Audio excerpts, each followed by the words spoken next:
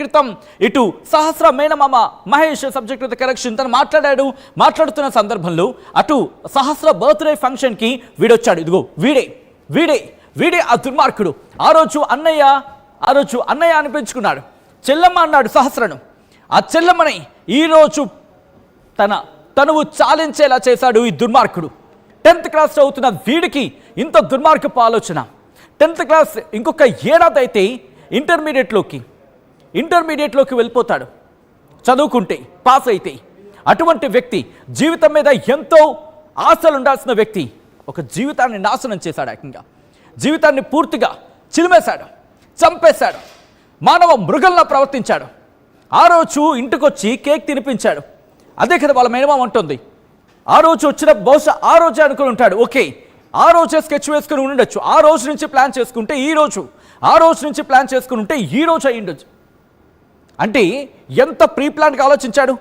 ఆ ఇంటికి సంబంధించి విజువల్స్ మీరు చూశారు కదా, మా ప్రతినిధి, ఇన్ఫాక్ట్ ఆర్టీవీ ప్రతినిధి శిల్ప అక్కడ వ్యూను మీకు చూపించారు. ఆ ఇంటికి చాలా చాలా ఒక మనిషి అంత గ్యాప్ ఉంటుంది, ఒక మనిషి దూరంత గ్యాప్ ఉంది. అయినప్పటికీ డేర్ చేశాడు. 2nd ఫ్లోరా 3rd ఫ్లోర్ అక్కడి నుంచి పెంట్ హౌస్కి వెళ్ళే ప్రయత్నం చేశాడంటే అర్థం చేసుకోవచ్చు ఎంత దుర్మార్గపు ఆలోచన ఉంది ఆ పిల్లాడిలోనేది. సో ఈ నేపథ్యంలో ప్రస్తుతం సహస్ర ఇంటి దగ్గర ఆర్టీవీ ఉంది. సహస్ర ఆ ఇంటి దగ్గర ఎటువంటి పరిస్థితి ఉందో లైవ్ లో మీకు విజువల్లో చూపించే ప్రయత్నం చేస్తుంది. ఇప్పుడు మా ప్రతినిధి శిల్ప అప్డేట్స్ అందించేందుకు లైవ్ లో కంటిన్యూ అవుతున్నారు. నేరుగా సహస్ర నివాసానికి వెళ్ళిపోదాం. మా ప్రతినిధి శిల్ప అప్డేట్స్ అందించేందుకు లైవ్ లో కంటిన్యూ అవుతున్నారు. శిల్ప, ప్రెసెంట్ అక్కడ ఎటువంటి సిచ్యువేషన్ ఉంది సహస్ర ఇంటి దగ్గర? ఉన్నాను.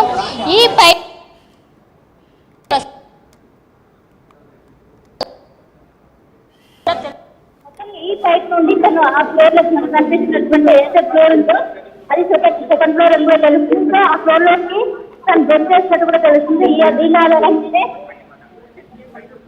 అక్కడ ఉన్నటువంటి ఏదైతే ఫింగర్ ప్రింట్ కాల్సి వాటిని సేకరించి అనంతరం కూడా నిందితులు హౌస్ లో తీసుకున్నట్లు కూడా తెలుస్తుంది. మన విద్యార్థులు చూసుకోవచ్చు, వాళ్ళు చేరుకున్నారు.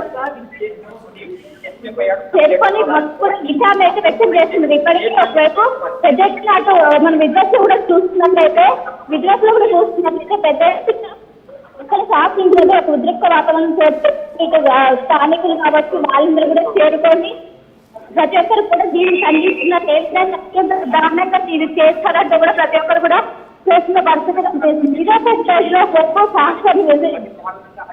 నిలబెట్టుకు కూడా నిలబెట్టుకుంటుంది. ఇక్కడ మనం ఆ పైపు చూపించినట్టు కూడా తెలుస్తుంది. ఇదిలో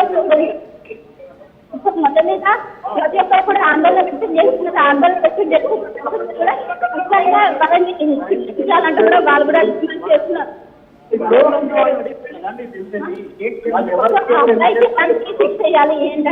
శిక్ష చాలా కఠినంగా ఉండాలండి. ఇలాంటి కాకుండా శిక్ష చాలా కఠినంగా ఉండాలి. ఇది ఎవరం కూడా ఎక్స్పెక్ట్ చేయండి. చిన్న బాబు ఇట్లా చేసిందంటే ఎవరం కూడా కానీ పోలీస్ తెలంగాణ పోలీసులకు ముఖ్యంగా కుకట్పల్లి పోలీస్